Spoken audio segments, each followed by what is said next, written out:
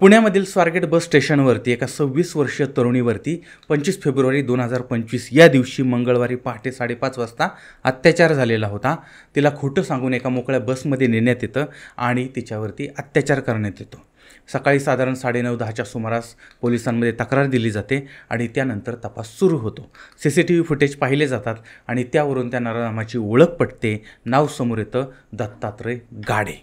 हा दत्तात्रय गाडे एक सराईत गुन्हेगार, शिरूर या ठिकाणी राहणारा, त्याच्यावरती अनेक गुन्हे दाखल झालेले होते आणि यात आता पोलीस या आरोपीच्या मागावरती होते, त्याचा शोध घेत होते। 8 पथकं तयार झालेली होती आणि त्याचबरोबर ती आजूबाजूच्या शेतांमध्ये सुद्धा डॉग स्क्वॉडच्या साहाय्याने त्याचा तपास चाललेला होता।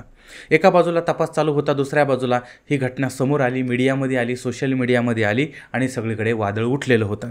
त्यानंतर मग राजकीय पक्ष, संस्था, संघटना वगैरे यांचे अनेक प्रवक्ते, त्याचबरोबर अनेक सल्लागार, त्याचबरोबर ते मार्गदर्शक वगैरे मंडळी पुढे आली आणि त्यांनी प्रतिक्रिया द्यायला सुरुवात केली होती आणि प्रतिक्रियांचा पाऊस त्याच्यावरती सुरू झाला होता।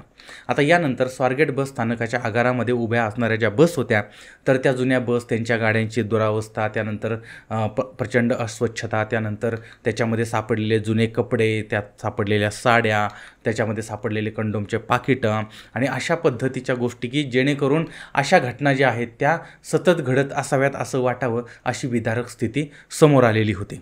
एका बाजूला मीडियामध्ये या सगळ्या गोष्टी येत होत्या, दुसऱ्या बाजूला पोलीस रात्रीचा दिवस दिवसाची रात्र करून त्या नराधमाच्या मागावरती होते आणि त्याला पकडलं जातं।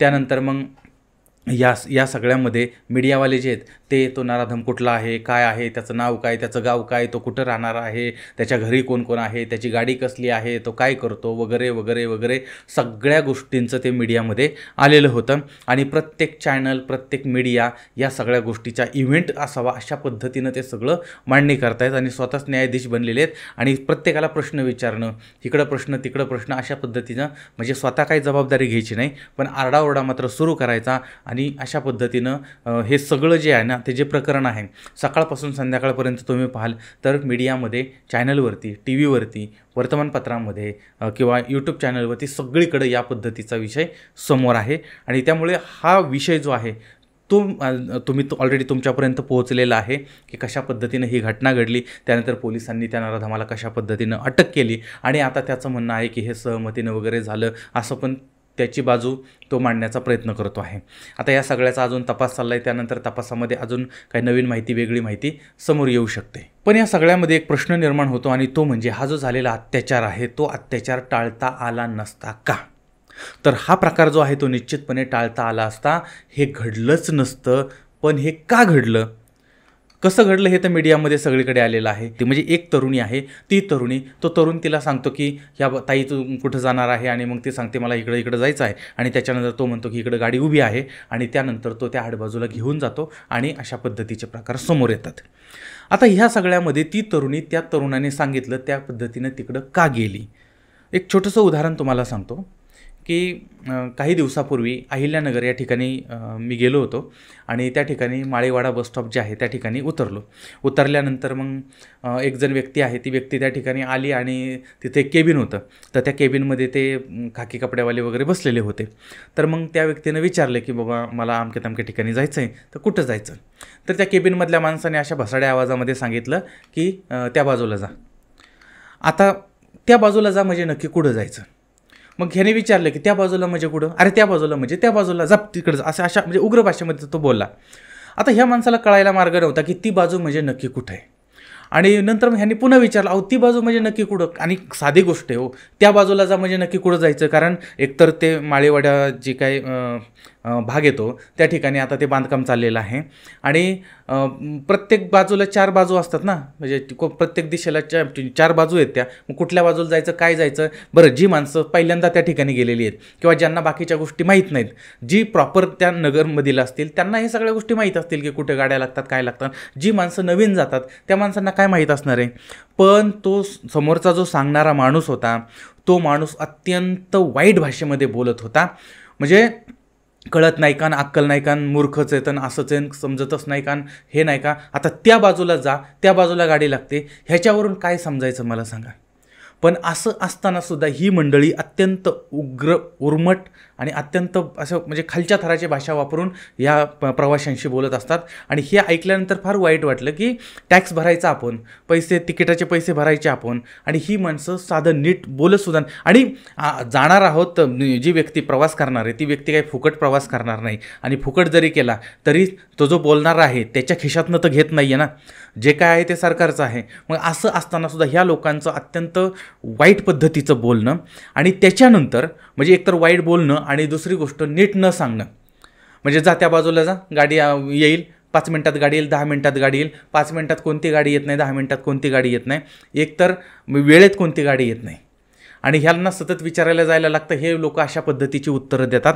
आणि एक वेळ अशी येते की माणूस म्हणतो 2 तास मी वाट पाहील, पण ह्यांना विचारणार नाही, अशी स्थिती निर्माण होते. आणि त्याच्यामुळे याच्यावरती जर काय उपाय करायचा असेल तर एक वेगळं केबिन तयार केलं पाहिजे, आणि त्याच्यावरती फक्त वेळापत्रकाची, कोणती बस आली, कोणती बस थांबली, कोणती बस कुठं थांबली, याच्याबद्दलची माहिती प्रवाशांना दिली पाहिजे. आता अनेक वेळा हे प्राणी जे आहेत ते प्राणी सांगतात की जा तिथं वेळापत्रक लावले, वेळापत्रक बघा. अरे मूर्खांनो, त्या वेळापत्रकानुसार कोणती बस येते आणि कोणती बस जाते ते आम्हाला दाखवून द्या.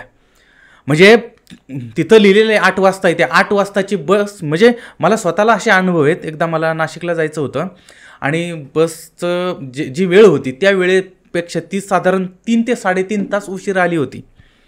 आणि त्याच्यामध्ये पण असा डब्बा होता की जाताना वाटेमध्ये ते काही बंद पडलं, नंतर मग त्याच्यावरती अजून मग त्याच्यात 2-3 तास गेले. म्हणजे 5-6 तास लेट झालं त्या ठिकाणी पोहोचायचं त्या ठिकाणी. आणि हे म्हणतात वेळापत्रक, एकही गाडी वेळापत्रकानुसार. आणि ह्यांचं ब्रीदवाक्य आहे ना, वाट पाहीन पण एसटीनंच जाईल. म्हणजे एसटी वेळेवरती येणारच नाही हे यांनी ठरवून ठेवलेलं आहे. वाट पाहीन, सुरुवातच होते वाट पाहीन पण एसटीनंच जाईन. म्हणजे ही मानसिकता पण तयार झालेली आहे. आणि अशा पद्धतीनं म्हणजे हे जे अनुभव येतात, मग मला सांगा, जर असे अनुभव आले तर मग लोकांनी विचारायचं कोणाला? आणि ह्या लोकांनी थोडी भाषा सुधारली पाहिजे की तुम्ही लोकांना सांगताय ते लोकांवरती उपकार करत नाही आहे. आणि ते लोक पैसे देतात, ते टॅक्स पे करणारे आहेत, टॅक्स देणारे आहेत, त्यांच्यामुळं प्रवाशांमुळं तर एसटी चालू आहे ना.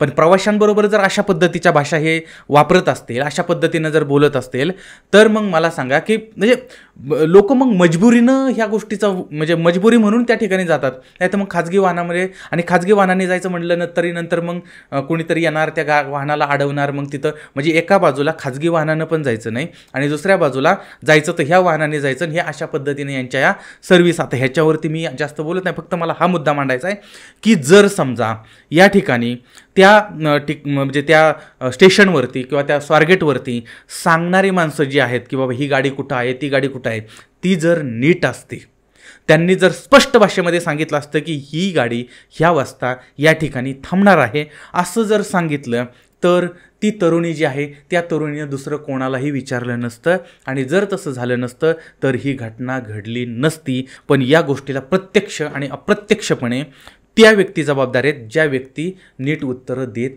नाहीत. आणि याच्यामध्ये एस टी महामंडळातील अत्यंत भ्रष्ट अधिकारी, त्यांचे उद्दाम कर्मचारी आणि फुकटखाऊ आणि भ्रष्टाचारी राजकीय नेते यांनी पाठीमागच्या कित्येक वर्षापासून म्हणजे एस टी चालू झाल्यापासून काही 1-2 राजकीय नेते जर सोडले तर बाकीच्यांनी एस टीची आर्थिक इज्जत लुटण्याचं काम या मंडळींनी केलेलं आहे. आणि एस टीला अत्यंत म्हणजे वाईट दिवस या लोकांच्यामुळे आलेले आहेत. आणि त्यामुळे या लोकांनाही शिक्षा झाली पाहिजे. म्हणजे त्या नराधमानं जे काही केलं त्याला सन्मान्य न्यायालय शिक्षा देईलच. पण त्याचबरोबर हे लोक जे प्रवाशांशी नीट वागत नाहीत, प्रवाशांना त्रास देतात, तर अशा लोकांना सुद्धा शिक्षा झाली पाहिजे. आणि त्याच्यावरती काय करणार आहात याचाही विचार समोर आला पाहिजे. त्याचबरोबर वेळापत्रकानुसार गाड्या सुटल्या पाहिजेत. बऱ्याच वेळा नाही म्हणजे कधीच होत नाही आहे, चुकून एखादी गाडी वेळेवर आली तर आश्चर्य वाटतं की गाडी वेळेवर कशी काय आली.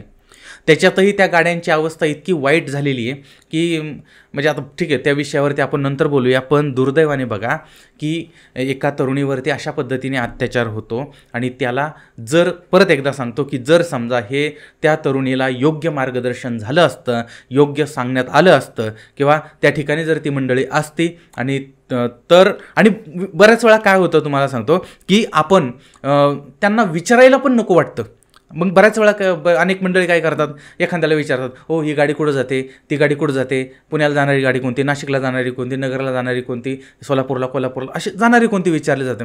पण त्या लोकांच्या समोर पण जाऊशी वाटत नाही, कारण अत्यंत भंगार भाषेमध्ये ते बोलत असतात आणि उत्तरं नीट देत नाहीत. तर याची नोंद संबंधितांनी घेतली पाहिजे आणि या प्राण्यांना जे प्रवाशांच्या जीवावरती तुम्ही जगताय त्या प्रवाशांची नीट वागावं, नीट बोलावं, हे त्यांना शिकवावं, की जेणेकरून परत अशा अत्याचाराच्या घटना घडणार नाहीत आणि प्रत्येकाला एस टी सुरक्षित वाटेल आणि एस टीचं जे आगार आहे ते सुरक्षित वाटेल. तर असं माझं मत आहे. बाकी आता या घटनेबद्दलचं सगळं तुम्ही टी व्हीवरती वगैरे सतत सगळ्या बातम्यांमध्ये त्याच्याबद्दलची माहिती तुमच्यासमोर येतेच आहे, त्यामुळे त्याच्यावरती मी आत्ता काय बोललेलो नाही. पण मी जो हा मुद्दा मांडला आहे त्याच्यावर तुमचं मत काय ते सुद्धा मला जरूर कळवा. पुन्हा भेटूया पुढच्या भागामध्ये एका नवीन विषयासह. तोपर्यंत धन्यवाद.